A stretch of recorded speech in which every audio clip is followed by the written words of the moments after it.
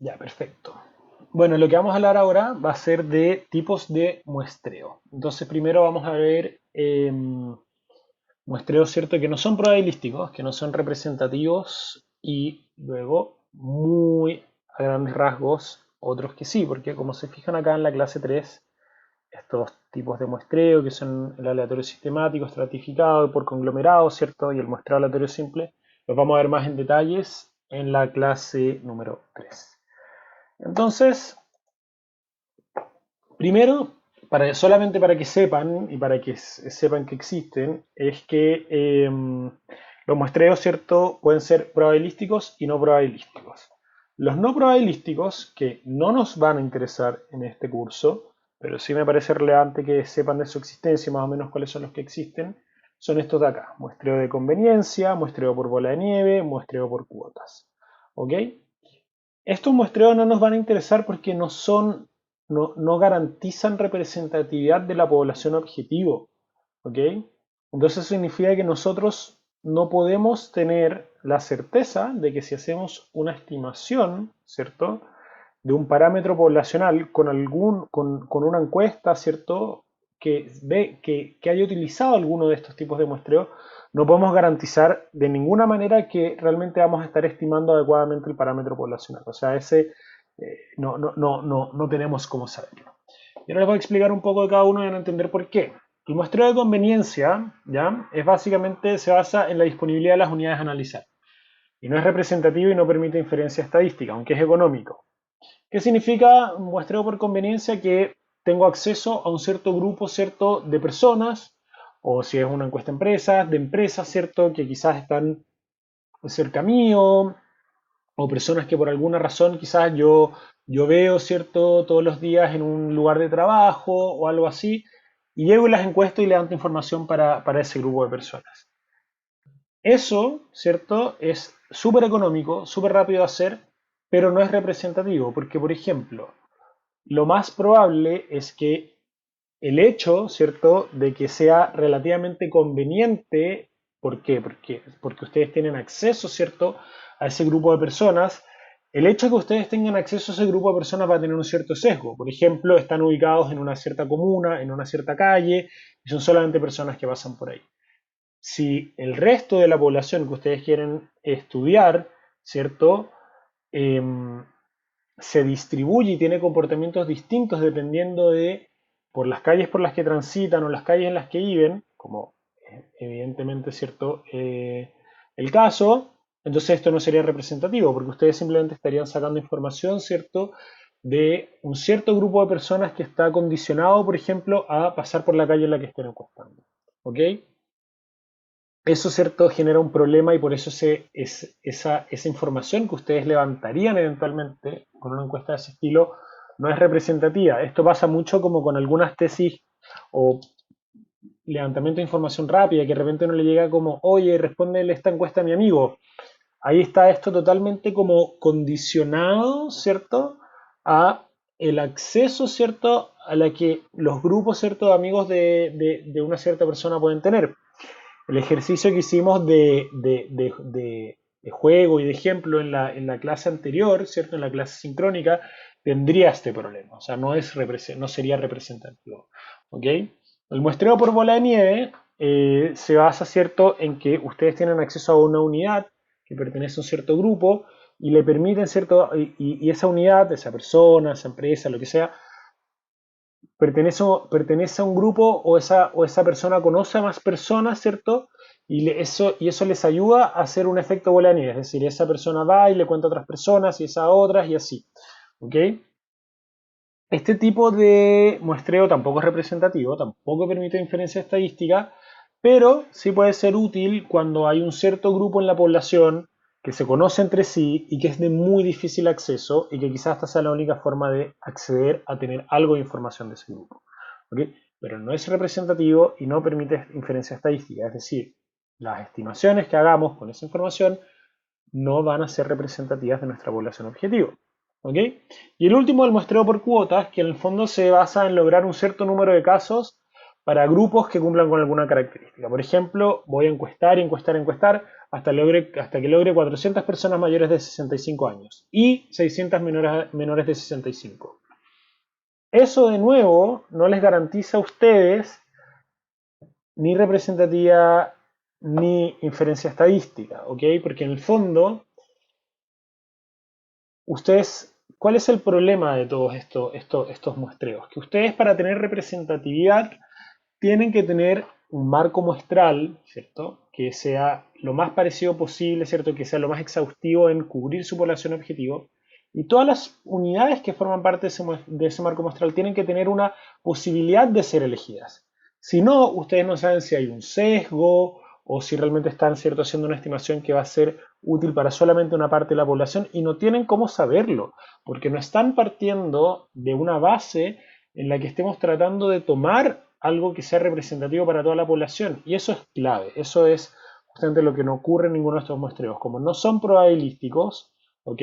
Eso significa que no hay un diseño muestral que se base en la aleatoriedad, no podemos garantizar que sean representativos de nuestra población objetivo, porque puede haber algún sesgo por el círculo en el cual te moviste para capturar la información, la calle en la que te pusiste, etcétera, ¿ok?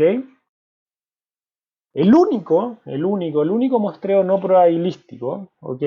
Que en verdad no se define como muestreo, pero el único diseño no probabilístico que sí es representativo, ¿ok?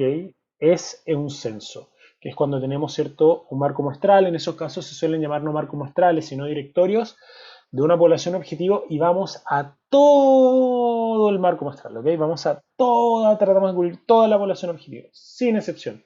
O sea, todas, ¿cierto?, las unidades que forman parte de ese directorio, que es como el equivalente al marco muestral, ¿ok?, se seleccionan y se tratan de encuestar. Ese es el único tipo de diseño no probabilístico que sí es representativo. Entonces veamos algunos de los que son probabilísticos y que sí son representativos. Y acá vamos a profundizar un poco en esta idea de que una muestra es representativa cuando todas las unidades tienen una probabilidad de ser parte de la muestra. Entonces básicamente existen cuatro: el aleatorio simple, el sistemático, por conglomerados y estratificados. Partamos con el aleatorio simple para profundizar un poco en esta idea.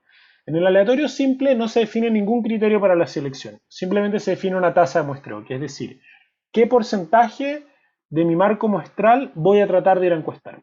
Entonces, por ejemplo, puede ser 30%. Imagínense, nuestro marco muestral es de 100.000 personas, 30%, voy a ir a tratar de encuestar a 30.000. Ok, listo, tasa de muestreo 30%.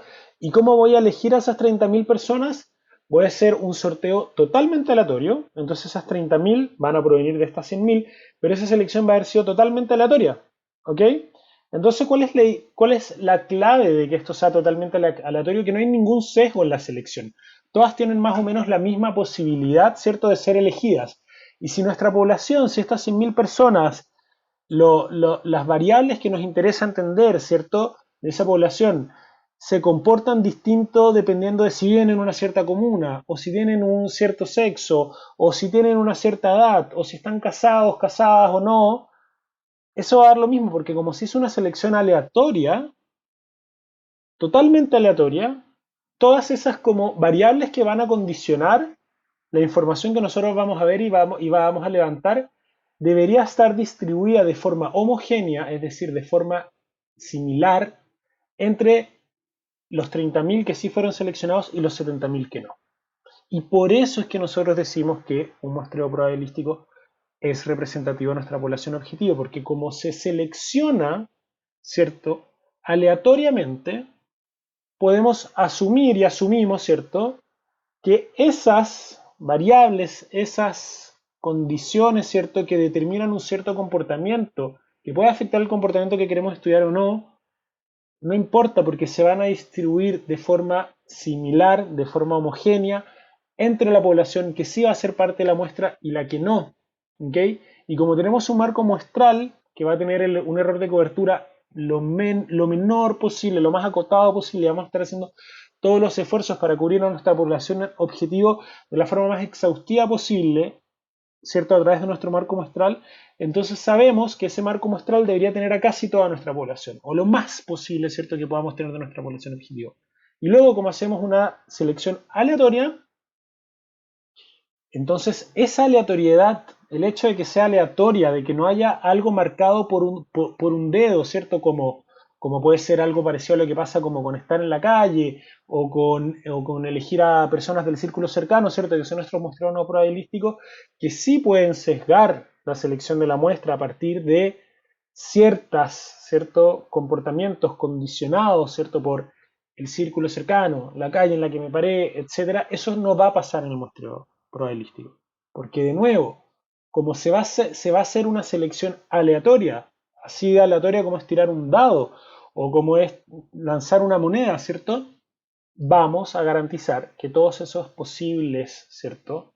Comportamientos o sesgos que podrían haber por ciertas variables van a estar distribuidos en nuestra muestra igual que en la muestra no seleccionada. Y por ende, nuestra muestra se va a comportar en promedio, ¿cierto? De forma similar a la población total. Y ahí descansa, y si ustedes entienden eso, entienden el principal, ¿cierto? Como concepto en el que descansa la idea de estimar parámetros poblacionales a partir de muestras, ¿ok?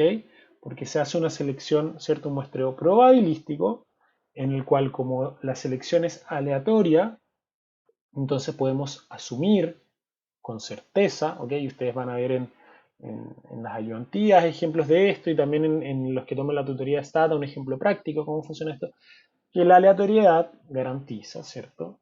Que esa muestra que sacamos se va a comportar de forma similar, ¿cierto?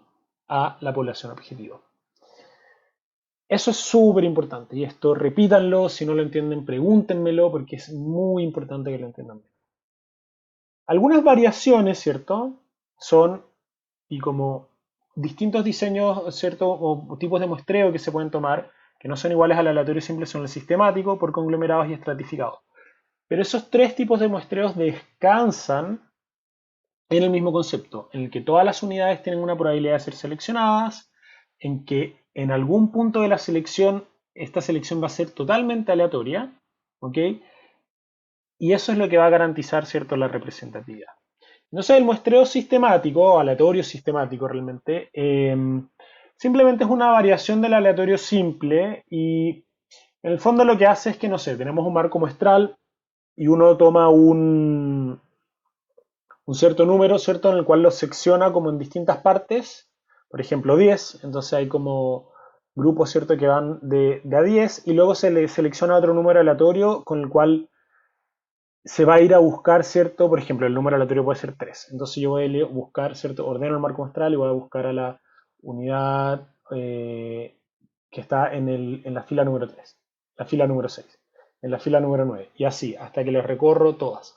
Y esta es básicamente un muestreo que es súper útil para, y fue súper útil cuando no existían las capacidades computacionales del día de hoy, y se tenía un marco muestral súper amplio y había que simular la aleatoriedad y no se tenía un computador que permitiera simular la aleatoriedad. Entonces se definía un número aleatoriamente por el cual se iban haciendo estos saltos, ¿cierto? Y se recorría la muestra a partir de ese número, ¿cierto? Todas las veces que fuese necesaria hasta que se lograra el número de muestra que se iba a gestionar en el estudio, ¿ok? Que eso siempre está determinado por una restricción presupuestaria. O sea, hay una cierta cantidad de presupuesto para ir a encuestar a, o tratar de ir a encuestar a, no sé, 1000 personas. Entonces, si el número era 7 y el marco muestral era, no sé, del tamaño que fuese, se iba a la unidad que está en la fila número 7, 14, 21, así, hasta que se juntaban eh, las 1000 unidades, que era lo que la restricción presupuestaria daba, ¿cierto?, para hacer. Les vamos a explicar ahora el muestreo estratificado, que es súper típico, que es que nosotros decimos, ok, tenemos un marco muestral, en el marco muestral tenemos información, por ejemplo, del sexo y la comuna, entonces vamos a estratificar por comuna y por sexo.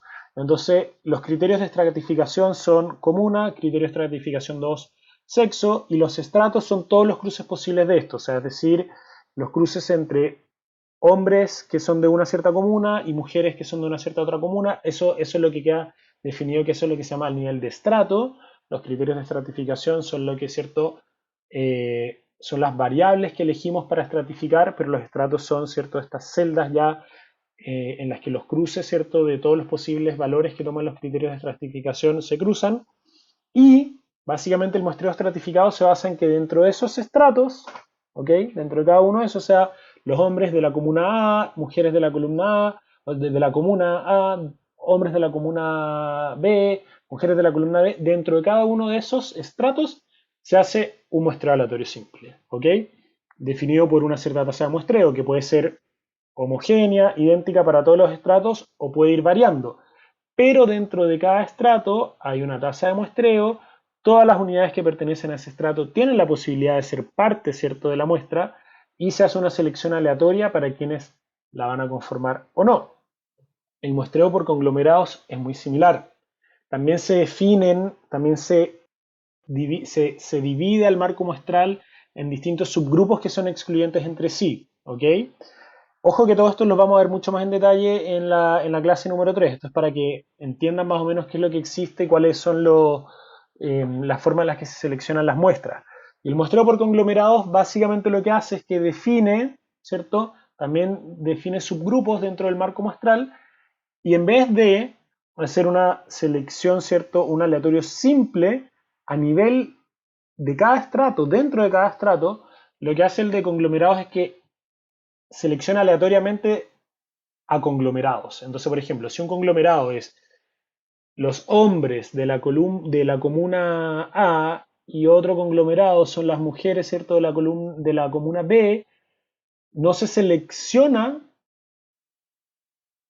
a un porcentaje de la población dentro de ese conglomerado, sino que se selecciona el conglomerado entero. ¿Okay? Entonces pasan a ser parte de la muestra todos los hombres de la comuna A o todas las mujeres de la comuna B. Y así. ¿Okay? En la próxima clase vamos a ver cuándo es más útil uno o el otro. Pero de nuevo, ese incluso descansa en el concepto de aleatoriedad y de que todas las personas o todas las unidades que conforman el marco muestral pueden ser seleccionadas. En un caso era porque se definían estratos y dentro de esos estratos se hacía un aleatorio simple, o en este otro es porque se definen conglomerados y se seleccionan los conglomerados a todas las unidades que pertenezcan a ese. Pero igual eso nunca quita que todas las unidades que forman parte del marco muestral tienen la posibilidad de ser seleccionadas. Entonces, el muestreo probabilístico, para resumir, tiene que cumplir con tres condiciones ideales. El primero es que el marco muestral tenga un alto nivel de cobertura sobre la población objetivo, ¿ok? Que es que el error de cobertura sea lo menor posible. Luego es que la muestra se haya seleccionado bajo un método aleatorio o aleatorio sistemático, ¿ok? Porque acá está la clave, con la aleatoriedad es lo que nos garantiza que sea lo que sea que condiciona el comportamiento que vamos a estudiar, esas condiciones se distribuyen de forma similar, ¿cierto?, en la muestra que efectivamente sorteamos y en la que no. Y por ende se distribuye, ¿cierto?, de forma similar a cómo es nuestra población, nuestro marco muestral y como hay un bajo error de cobertura, nuestra población objetivo, ¿cierto? Esos son todos los pasos, se van dando cuenta, se parece mucho, ¿cierto?, a lo que estamos viendo de los posibles errores de las encuestas, pero estos son todos los del lado de la representación. ¿Ok? Y lo último es que el tipo de muestreo se ajuste al objetivo del estudio, ¿ok?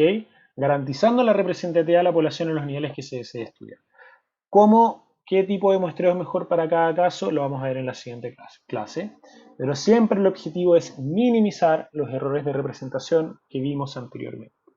Y de nuevo, como les dije antes, la aleatoriedad es clave para garantizar la representatividad de la población a partir de una muestra. Y como esa aleatoriedad no se garantiza en los muestreos no probabilísticos, esos muestreos no probabilísticos no son representativos. Con excepción del censo, que no es un muestreo, simplemente es un diseño no probabilístico, pero que sí puede ser y sí es representativo. Así que esa es la tercera parte de la clase.